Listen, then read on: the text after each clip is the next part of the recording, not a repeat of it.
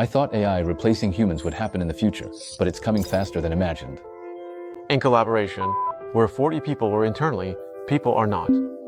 Right now, for all the major clothing companies on e-commerce platforms that we see, 80% of the images and videos are no longer made by humans. Photography, graphic design, editing, layout, and operations have all already been replaced. This guy's job is just this. AI is taking over in this era. Value. Now in this AI field. As for these startups in China, how far have they developed? I think It might be different in different industries. In our industry, the results are really immediate. you're talking about e-commerce. Yeah, if you open Taobao or JD.com now and look at clothing products, you will see most of the content is made by AI. Brands like Yunner, Victor, Boziting, La Fuma, and brands like Joshua, Sankai, Mark Fairwhale, and G&BY, if you look at 10 stores, 8 or 7 out of 10 are using content we created. But you wouldn't be able to tell. Wu Bing, a Tsinghua graduate in 2017, began researching AI commercialization. Over 7 years, they've secured over 200 million yuan from firms like GSR Ventures, Red Hill, and Shunwei. Annually, he invests tens of millions into developing e-commerce AI tools, gradually becoming a leader. After using this technology, it's true that some departments in a company will find their employees' work replaced. Replacement is possible and layoffs occur. If it can't reduce headcount, how is it an efficiency tool? For example, in a collaboration, he had 40 internal people, editors, designers, operations, copywriters, video editors. Editors created listings, filled product attributes, wrote titles, etc. Copywriters would write marketing materials, like describing a floral v-neck dress as making you look like a fairy. Designers would retouch and crop images, create main images, detailed shots, and handle poster layouts. Video editors would edit the videos. All of this could add up to 4 or 5 million in costs per year. At first, he might use tools to handle these tasks. He might be able to cut it down to just 5 people. He needs 5 people to operate this software. How much pay you? About 100,000 yuan a year. Okay. He did the math. These 5 people mean labor costs and management costs. It's over $1 million a year. He wondered if you could take over everything directly, like we'd be doing managed operations. Our company would hire 1 or 2 people to operate this, to run this software for him and provide end-to-end results. He's even thinking about not wanting to spend even $1 million anymore. Yeah, for him now. However many people he needs. It could even be 0 people. If there's no one, then there's no one. You can use your persona, or if you don't want to go online, we can communicate by email. The 4 million he spent produced detailed pages and main images. And then, Videos for traffic. videos that drive traffic. Is the volume the same as what you have now? No, not same. We're 5 to 10 times volume. 5 to 10 times. What about the quality? The quality fully meets the original standard. In Beijing, it's mainly the R&D team. Business development, product, and legal teams are here. For example, to explain this gas liquid topic, first put up the image. Let me show you. This step organizes the main image package the client gave us. After uploading images, it automatically recognizes clothing style, sleeve length, cut, and mannequin bones. We can also recognize details, like if it's a close-up of a pocket or a pattern, we can identify that. The main images and online listings are done. This is generated automatically. Honestly, I didn't do anything. It's AI. Based on images and product info from seller, system automatically completes image cropping, sorting, and case matching. In minutes, product detail page generated. We can start listing the products now. If the client has multiple platforms or multiple stores, I can just select all those stores, and this single product can be listed in up to 6 stores. E-commerce platforms have varying requirements for detailed page formats and image ratios. AI can adapt to these. In e-commerce content creation, another aspect is costly and labor-intensive. For commercial shoots, finding models, setting up backgrounds, and doing makeup is a hassle. We use AI to swap the model's face and the background. Besides that, in addition to face and background swapping, AI can also directly turn virtual models into real human photos, including when we use. Among our users, there's a major demand for cross-border e-commerce. The cost of hiring foreign models is very high, so e-commerce operators often take a photo of themselves and use AI to swap their face with that of a European or African person. Another situation is that the clothes are from a wholesale market, and different sellers all use the same piece of clothing, but there's only one photo available. This leads to image duplication, so they need to swap faces to solve this problem. In addition, another feature is that whether you're currently live streaming or you have a recorded screen from a finished stream, you can just hand it over to the AI. AI scans video and audio, creating a highlight clip of live stream in 5 seconds. One way is to upload via a public network connection. The second way is to upload locally. The third way is to just give me the Douyin link and click Next. For example, if I want to cut out 50 clips, you just enter 50 and click Next. Here, these are the highlight clips we've already extracted. Is this done automatically by the computer, or do you need to do it manually? This is all done automatically, completely cut by our AI. Besides live stream clipping, AI creates e-commerce videos. We will capture all kinds of materials from it and click on trends to create content. Jordan N's Windbreaker, windproof for outdoor use. Before, we were just a pure service provider, just doing our services and delivering our work. You focus on selling your products, but we noticed that content can directly generate GMV, and we wondered, why is that? We thought, why can't we sell products ourselves? So we started a few MCN agencies, selling on JD.com, Taobao, and Douyin. We sold products from the selected alliance and Taobao affiliates, earning commissions. In our very first month online, we sold 10 million yuan worth. How did we do it? The key is, This core strategy is called the miracle of overcoats. We have 100 employees, so each registers account and links it to company's MCN. Then, using tools mentioned, we create videos. These videos are posted through accounts, and each directly includes commission link to sell car. After sale, platform automatically splits revenue. So. Before, if I was an MC, maybe I could only post one video. But here, we can post 5,000. How many people are handling this? Just 2 or 3 people are running this. So only 2 or 3 people inside the company are doing this. The thing. So how do you select products? Right now, we basically don't do any product selection. It's pretty brute force. We just let the algorithm, the code, run and pick whichever has the highest commission, and then, It automatically selects the product itself. yeah, it does it automatically. There's everything: water, Clothes too. clothes, mops, whatever. Wet ones, home appliances, even bicycles, everything. We make 5,000 videos daily, 150,000 monthly. We summarize everything, and it becomes an automated script. Right. We collect data, make decisions, publish, and then it becomes a closed loop like this. Okay, how long has this been running? It's been running months. From the initial 10 million, now we could hit 30 million. And how much is your commission? The commission is about 3 to 4 million. That's not a commission, right? Yeah, that's right. This is our MCN business from June to July 31st. During this period, we helped them complete 310,000 sales orders. We helped them sell 8.6 million goods, and we got 1.38 million in commission. Videos are automatically edited for them and attached with a link. But the original footage for this video isn't yours, right? The footage actually belongs to the brand itself. We take the brand's own material and re-edit and process it for them. When we package it, we can make 50 or 100 versions of this video, so each is unique and can be posted to more platforms without repeating. Today, we package this into a new service. Many brands see how well our MCN is doing and ask if we can create an MCN for their brand. If a brand needs its own dedicated MCN agency, we can set up an MCN team for them. This model works so well we guarantee their ROI.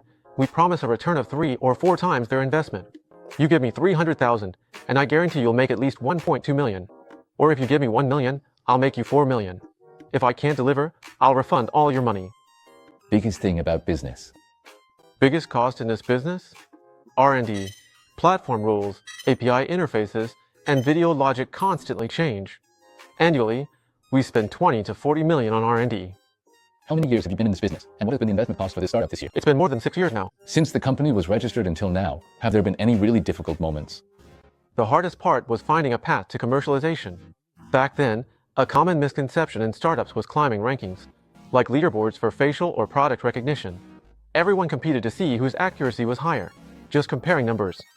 It was all about pure technology. This leaderboard climbing, just showing off technical skill. Didn't directly bring any brand new commercialization.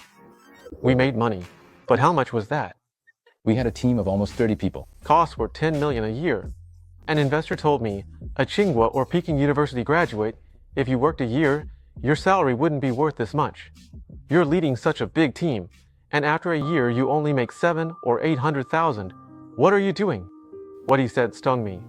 We found a women's fashion brand in Beijing, went to their office, lived there. Every day, observed how they worked, realizing parts had labor costs, time costs, and tasks were complicated. Every day, listened to complaints about inefficient tasks, and I tried to improve efficiency. This process lasted 3 months. So, what about 2018 and 2020? At that time, our revenue was around 2 million. Honestly, it didn't grow much. This was the second problem we encountered. Initially, we relied on sincerity to win clients, but that's not a standardized or scalable system for acquiring customers. So, building the sales team made me anxious. But gradually, we realized product innovation is important, and commercialization often requires learning from others. When it comes to commercialization strategies, many companies have mature, proven approaches. You just hire someone good at commercialization and replicate strategy. I think that's the right way to go. We found a VP like that. He worked at Baidu in Wanda. In our first year, the strategy we set with him was the flag planting approach. At that time, the industry was very new. OpenAI hadn't become popular yet, so we needed to educate the market. But how do you educate the market? Our flag planting meant staking our claim on every hilltop, ensuring leading clients in the industry started using our product, even if they didn't pay in the first year. Even if we had to put in effort that first year, the flag had to be planted. In the first year, we decided to focus on apparel, men's, women's, and sportswear. For each category, we had to plant flag. In apparel, we targeted Anta as our flagship client because demonstration effect. How do you actually plant that flag? Why did I think that if we approached Anta, we could sign them? It was up to the VP, myself, and several other key managers. We had to personally explain the value clearly.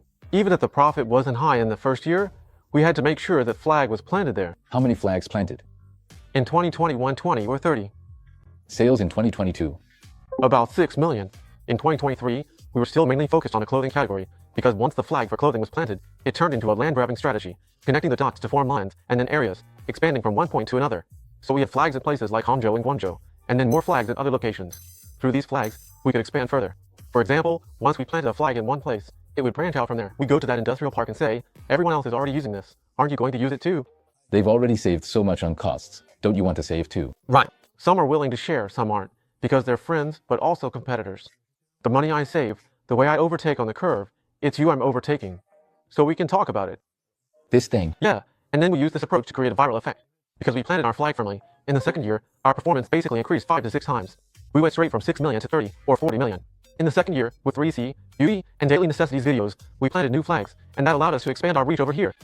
Our customer base got bigger, and we wanted to improve our user profiles. If we could do it without adding people, we could move even faster. That's why we thought about trying out large-scale approaches like sales IP. Our product system evolved. We planted new flags in new categories. We could only sell images in text. We turned it into a video product, and this year, we're selling video tools. For a customer, if they buy one more item, their order value doubles. This year, the software part alone is expected to reach 80 to 100 million. Got it. Let's go eat. My dad was in the military, and my mom was a teacher before starting her own business in furniture and clothing. She ran it for 6 years. Did someone supervise your studies? In elementary school, someone did, but after middle school, I lived at school. My mom was starting her business then, and I think there were many things I later imitated.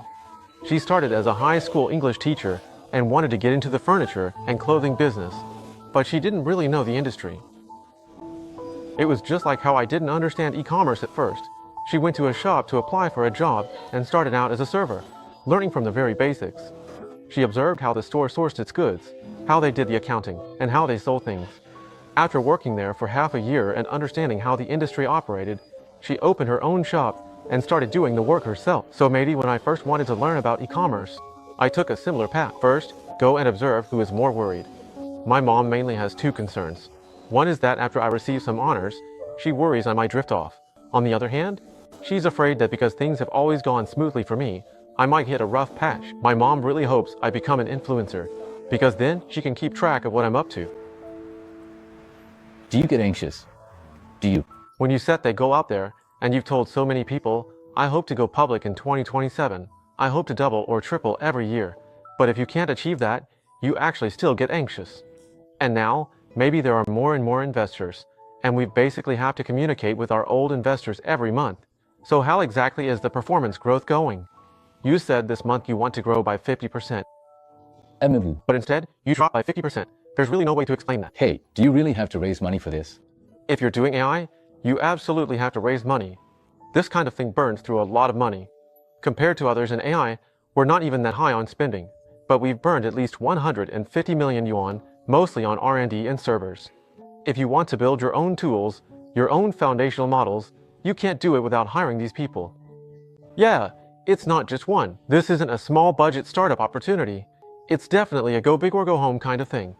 Every year, before the shareholders meeting and before the board meeting, we always go through a really deep period of reflection.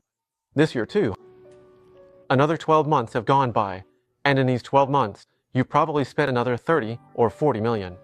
But what major growth have you had this year? I get to the office at 9 in the morning. I'm used to being the first one in, so that first hour is my own time. After that, from 10 in the morning to 10 at night, it just turns into one meeting after another, back to back. In the past week, I've been to 5 or 6 places.